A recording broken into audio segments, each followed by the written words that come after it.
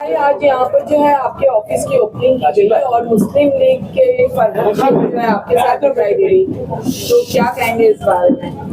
जी उन्होंने समर्थन किया है? जी अल्हम्दुलिल्लाह। देखिए उसका जवाब तो इंशाल्लाह मेरी बहन आपको देंगे। अभी देखिए कि कैसा है कि हम लोगों की अभी पहली ऑफिस की ओपनिंग हुई है, जैसा कि हम लोगों ने अभी मेन रोड पे यहाँ पर ऑफिस लिया और इंशाल्लाह ताला आने वाले वक्त में और भी ऑफिस की ओपनिंग है, तो उसमें इंशाल्लाह ताला हर जगह भी हम लोग साथ में दिखेंगे।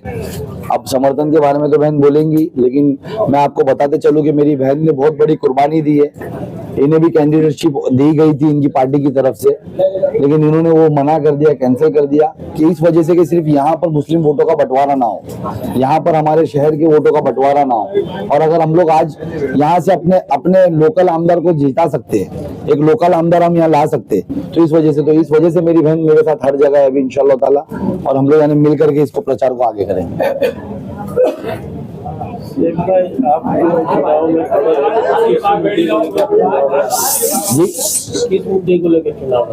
देखिए मुद्दे ही मुद्दे हमारे शहर के, लेकिन हमारा जो सबसे यानी मेन अहम मुद्दा है, आपको पता होगा कि जैसा हम आवाम से वादा भी कर रहे हैं, हम यानी कंटिन्यूसली हमारे स्पीचेस में भी बोल रहे हैं कि अगर हम लोगों को इख्तियार मिलता है तो हम लोग टोरेंट को सबसे पहले यहाँ से हटाएंगे, और जो रिजर्वेशन जमीन हमारे बच्चों के मुस्तकबिल के लिए, चाहे वो खेल का मैदान हो, कॉलेज हो, तालीमी इदारों के लिए आई है, स्कूल के लिए आई है, जिसपे आज यहाँ के लोगों ने, जो यहाँ के मौजूदा आमदार है, उनके लोगों ने कब्जा करके बैठे, हम वो कब्जे से बाहर लाएंगे इंशाल्लाह ताला। आने वाले वक्त में यहाँ पर तालीमी इदारे बनाएंगे जिससे हमारे शहर के हर बच्चे को हम पढ़ा सके।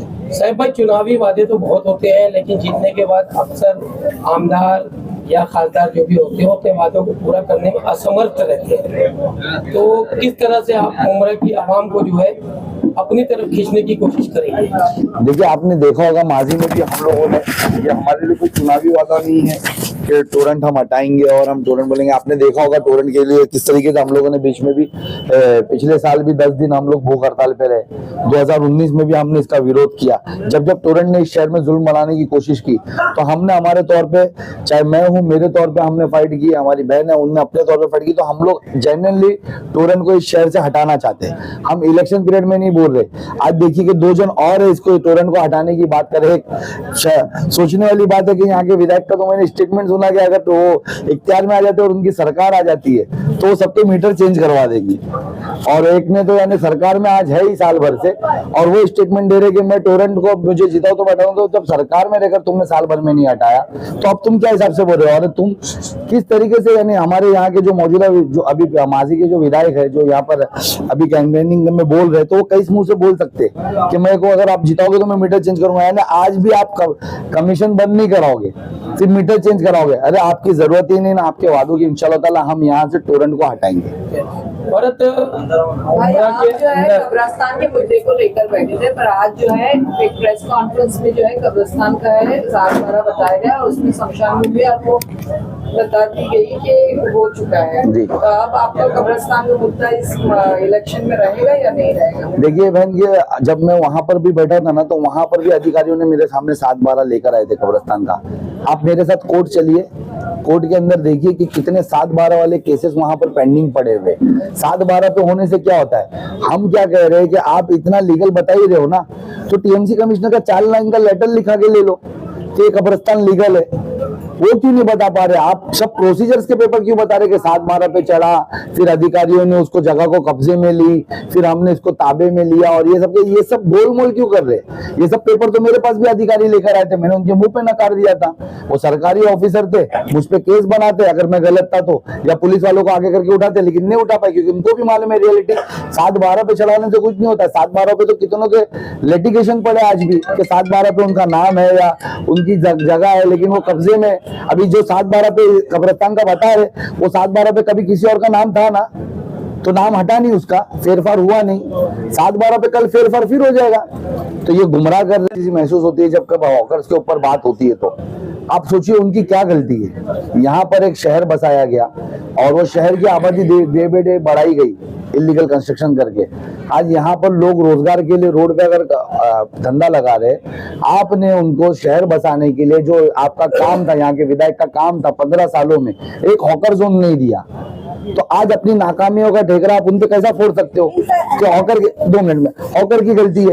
अरे इंशाल्लाह ताला हम वो हॉकर भाइयों की भी यानी मदद करेंगे। अगर हम इख्तियार में आते तो आपने देखा होगा इस शहर में इससे पहले 3 से 4 बार हॉकर जोन बनाए गए, फिर तोड़ दिए गए और उसके ऊपर करप्शन किया गया, ये बेचारों को ढाल बनाए गए। लेकिन इस बार इंशाल्लाह ताला जब हम इख्तियार में रहेंगे तो जो हॉकर जोन बनेगा वो कायम का बनेगा और इंशाल्लाह ताला हमारे हॉकर्स को हम वहां बसाएंगे और रोजगार भी दिलाएंगे और अपने शहर का ट्रैफिक भी कंट्रोल करने के लिए ब्रिजेस लाएंगे।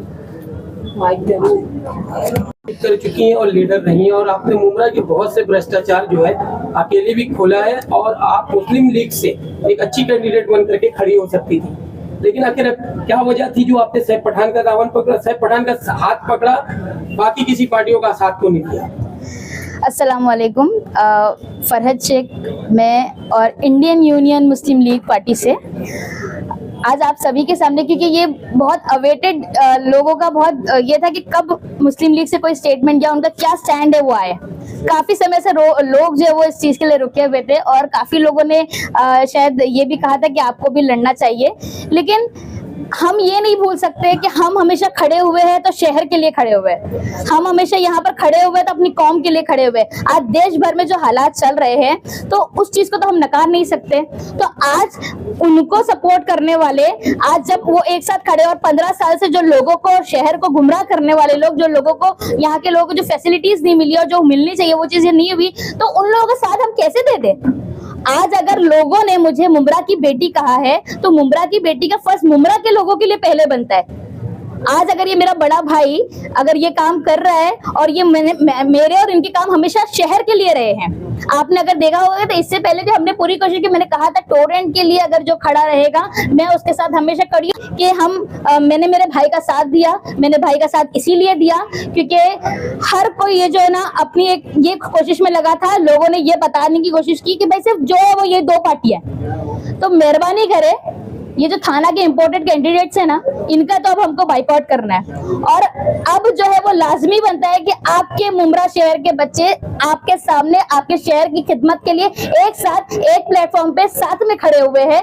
अगर हम, शायद मैं भी अलग खड़े हो सकती थी, ये भी हो सकते थे, इससे ये होता था कि शहर के मुसलमानों के वोट जो वो डिवाइड होते थे और हमें सारे वोट्स को एक जगह लाना था। और मुझे यकीन है कि अगर मुमरा वाले, सिर्फ और सिर्फ मुमरा वाले वन साइडेड अगर वोट देते, 50 to 60% भी अगर यहाँ से वोटिंग होती है वन साइडेड एक ही पार्टी को, मतलब हमारे एक तो ये मुस्लिम कैंडिडेट, क्योंकि ये हवा हमने चलाई थी कि मुस्लिम कैंडिडेट चाहिए हमको, ये स्थानिक, इसके बाद हमने चलाया था कि हमको स्थानिक आमदार चाहिए। तो ये जब दोनों क्वालिटीज यहाँ पर मौजूद है तो मुझे नहीं लगता कि मुमरा के पास जो है वो कोई और ऑप्शन देखने की जरूरत है। ये बेस्ट ऑप्शन है। और आज मुझे समझ में आता है कि मुझे ऐसा लगता है कि शहर के लिए कुछ करने मुझे अगर मिला ना तो मेरे लिए बहुत फक्र की बात है कि आज कोई बड़ी बात नहीं है। अगर हम शहर के लिए, ये छोटी मोटी कुर्बानियां कोई मायने नहीं रखती। अगर शहर की बड़ी बात हो तो हम हर तरीके की कुर्बानी देने के लिए तैयार है। आने वाले 20 तारीख के चुनाव को देखते हुए मुंबई के आवाम को किस तरह का मैसेज देंगे कि किस तरह किसको वोट दिया जाए? देखिए, मैंने अभी कुछ बयानात सुने वो इम्पोर्टेड थाना के कैंडिडेट्स वालों के, उनके किसी ने कहा कि भाई हम तो इलेक्शन के बाद नहीं, हम तो उससे पहले आपसे वादा किया और हमने ये चीज आपको लाकर दे दिया। तो मैं ये सोचती हूँ, एक माइंड सेट है, मैं आपके सामने ये क्रिएट करना चाहती हूँ, लोगों के सामने, ये वोटर्स के सामने, कि जो बंदा सत्ता में नहीं है, पावर में नहीं है, तो भी तो काम कर रहा है ना, तो उसको सत्ता में लाने की जरूरत क्या है? काम तो वैसे भी निकाल सकते हैं उससे हम लोग, सही बात है कि नहीं? तो उसको लाने की जरूरत क्या है? पहली पॉइंट। और रही बात दूसरे की, जो 15 साल से यहाँ काबिज है, उसको तो लोगों ने अच्छा खासा वो इस इलेक्शन में उनको जो है बता देंगे कि अब जो है बाहर के लोगों की जरूरत नहीं है। मुमरा के बच्चे, मुमरा की बेटी, उसका भाई